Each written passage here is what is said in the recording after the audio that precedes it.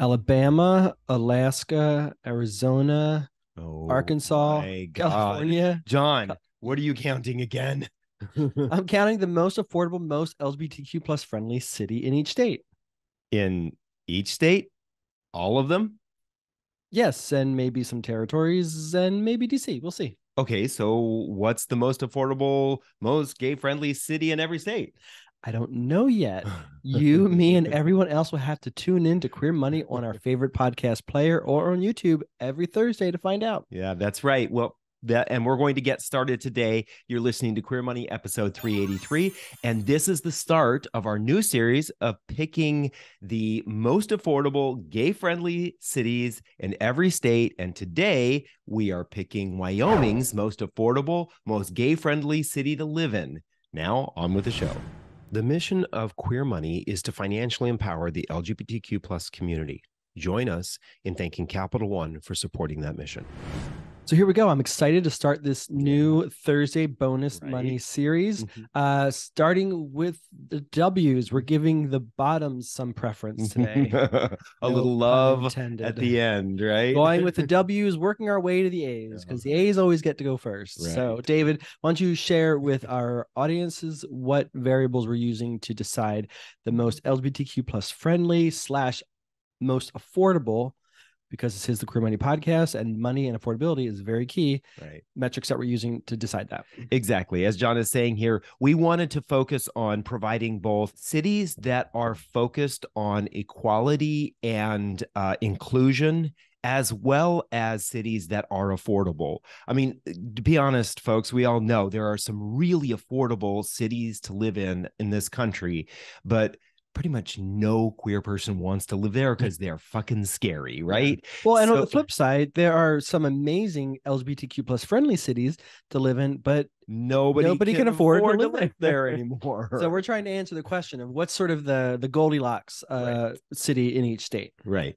So the first thing we wanted to use was HRC's Municipal Equality Index, which basically ranks cities that apply for this ranking. It ranks them or gives them a score based on whether or not they are doing things to be more inclusive. So this means the city themselves, the city leaders, are doing things to encourage inclusion and equality for people in their city. And we gave this a really high weighting in our index, or the way in which we selected cities in each state. We actually overweighted this. We gave this 5 times the normal weighting in our index because, as we said, there's a lot of great cheap places to live, but nobody wants to live there because they're scary. Yeah. The next thing we're using, the next 2 things that we're using are from Zillow. It's Zillow's Zori and Zivi. I don't know how to say this. ZHVI. ZHVI. These are 2 indexes that Zillow updates on a monthly basis. And what these do is they basically look at, for rent, what is the average affordable rent in that particular location. They're looking at kind of the middle band of rents in that city, as well as what is the price of the typical house in that city. So we gave those an equal weighting, a single 1 times weighting in this. Because it kind of, with coupled together, kind of gives a 2 times weighting for residential living. Yeah, right. Housing, which is one of the most important and most expensive things for all of us. The next thing is, you can't live in any city if you can't find a freaking job, right? So what is it like to earn money in that city? So we're looking at household income, both at the median level, which is 50% of people are earning above this number and 50% are below, as well as the income average.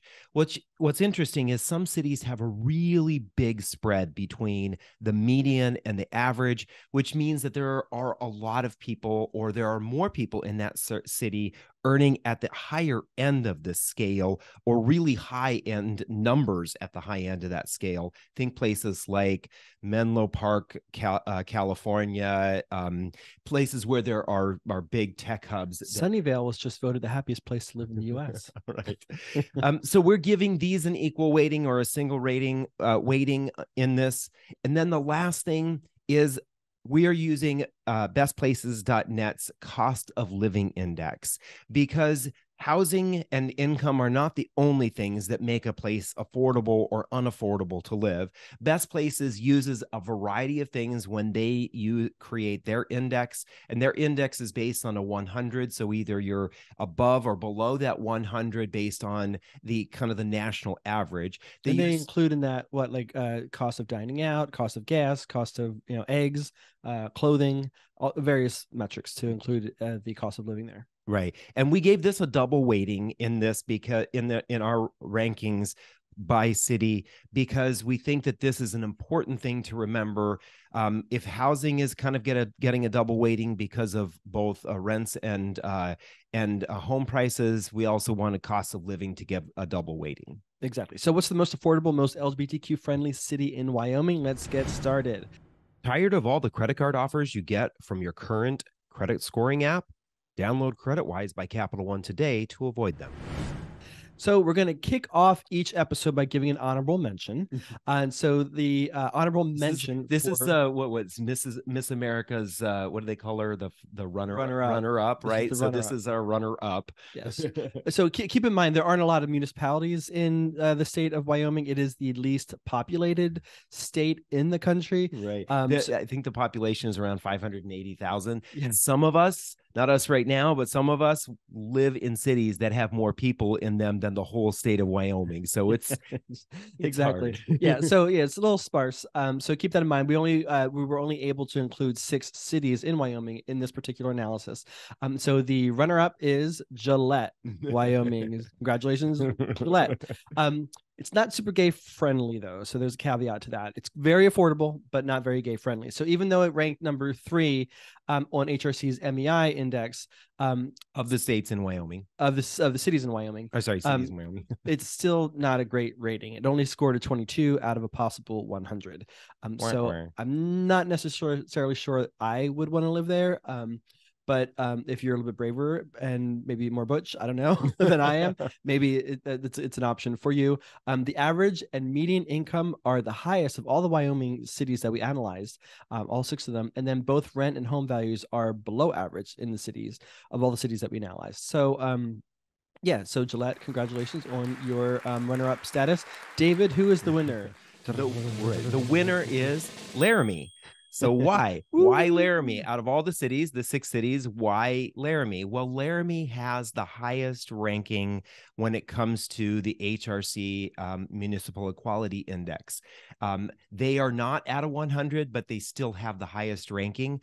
This may be in part to the fact that Laramie was the city closest municipality to where Matthew Shepard was killed. And I think since that, in the 90s, Laramie has done the city itself has tried to do a better job of rebranding itself as not the place where gays come to get killed, right? Yeah. So they're doing a lot more towards inclusion and equality in the city at the city level.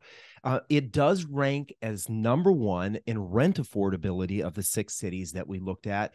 The average rent there is $919 a month, which is nearly half the national average. So this would be a great place to go rent a home or rent an apartment. Actually, the rent is for apartments, not for homes, but go rent an apartment if you're looking for a lower cost of living place. Overall, the cost of living in Laramie is a little bit higher, right? Yeah, it's about 93% of national average, which ranks number 2 behind Riverton of all of the Wyoming cities that we analyzed. So it's not the worst for rent, housing, and average and median income. So that's, coupled with the MEI rating, that's pretty notable. So congratulations there, Laramie. Some notable things to keep in mind about Laramie, Wyoming. It is where the University of Wyoming is located. Go Cowboys! And the school there does offer a lot of LGBTQ support and community there, and that could be also why there's been this transition of more inclusion in the city since Matthew Shepard.